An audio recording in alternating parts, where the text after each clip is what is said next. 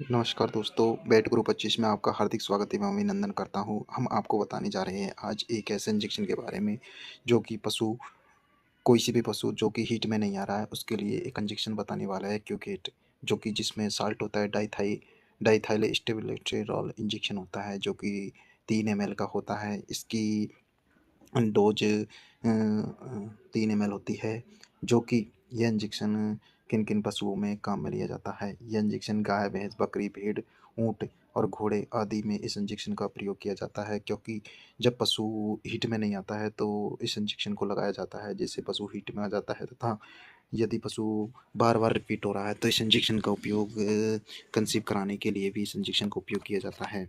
इस इंजेक्शन में आपको हम दिखाने वाले हैं कि थाइलेस्टिबिलिस्टेरॉल जो कि 10 एमजी होता है, जबकि बेंजाइन अल्कोहल होता है जो कि 2 एमएल होता है।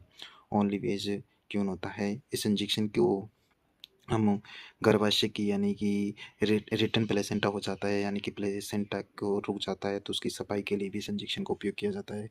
गर्भाशय की सफाई के लिए इस इंजेक्शन का उपयोग किया जाता है, जैसे कि बायोमेक्टर हो जाता है तो इस इंजेक्शन का उपयोग किया जाता है।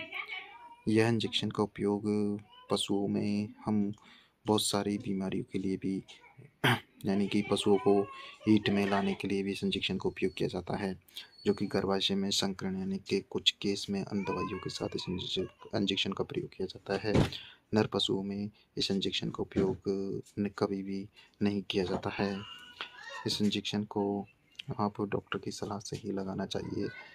संभावित साइड इफ़ेक्ट भी हो जाता है यदि इस इंजेक्शन को आप सही तरीके से नहीं लगा रहे हैं, तो यह अत्यधिक हीट लक्षण होता है। योनि से स्राव आने लगता है, गर्भपात का खतरा बन जाता है, गलत समय पर देने से हार्मोन असंतुलन हो जाता है।